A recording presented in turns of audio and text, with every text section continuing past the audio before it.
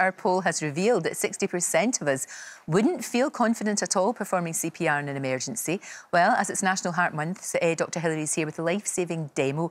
It really is important that we know what to do. And I have to say to you, even though I've seen you doing demos over the years, I don't think I'd be confident to do it. It doesn't take a lot of time to learn how to do it, and it's so important. It really can save lives. Definitely. Thousands of people have been saved just by people knowing the basics. So have a go. Let's have a go. And I can tell you something else, that in England, by 2020, all schools will have this on the curriculum. Excellent. Which I think is fantastic. A lot of schools are doing it independently anyway, and it's going to be rolled out in Scotland shortly after. They're not far behind. Everybody should know that. So should we do it?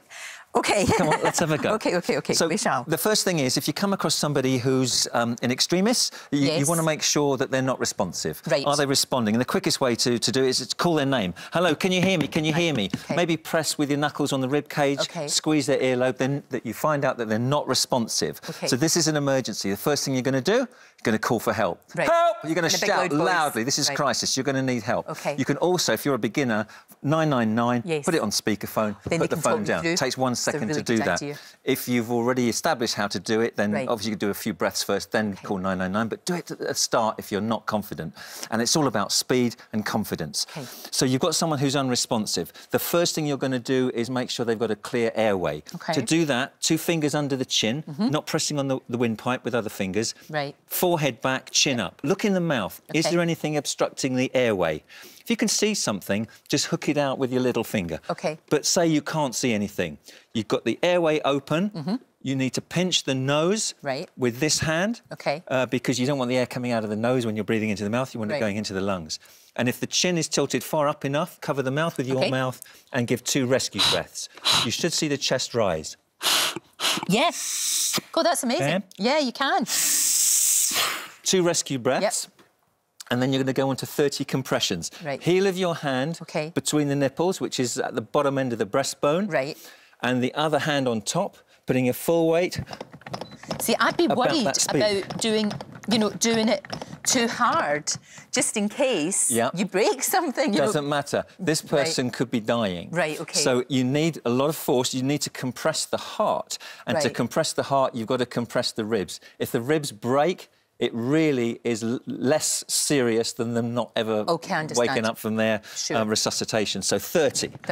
At about that level. You can do Staying Alive, Staying Alive, Staying Alive, whichever song you want, but 30. Which would help you. And because it's vigorous, you will get tired. You will get tired. And when you've done 30 of those, back to here, chin up, pinch the nose, 2 rescue breaths, and then you're back to the back compression. again. 30 of those. And you just keep doing this until help arrives? Or Absolutely. Until you get any reaction? You're going to continue until help arrives. That's an adult, isn't it? What about kids? Again, you'd be sort of worried about that. You've got a child. They're going to need resuscitation. So this is for a child aged 1 to 8. It's a similar technique. They've got a springier chest, so you're probably going to do the compressions to about 1/3 of the depth of the chest. Seems like an awful lot, but again, those compressions... And you are doing it quite fast, about 120 per minute. So it's rapid. With a baby, again, this would be slightly different with a baby. This isn't a proper resuscitation doll, it's just a wee baby. But because the nose and the mouth are much smaller, you're going to cover those areas all together? Both with your mouth. And with compressions, just 2 fingers on the bottom end of the breastbone, down to about 1/3 of the depth of the chest. It takes quite a lot out of you doing this, doesn't it? It does. It's got to be vigorous. It's got to be effective. It's all about speed and confidence. You can do this without having to go on a course, but if you really want the confidence to do it, go on a course. You know, at St John's or Red Cross or any of the independent companies, because this is a skill you're never going to forget. And it could save a life. Could you imagine if you're in the situation where it's only you and you don't know how to do it? Absolutely. And somebody would die. And remember, you've already called 999. That's true. So they're talking to you, and they're talking you through it. Keeping calm. What to do. Keeping calm. And just remember all these things. Do you know what? We'll need to put this on the full demo on our website. We'll do that later on today.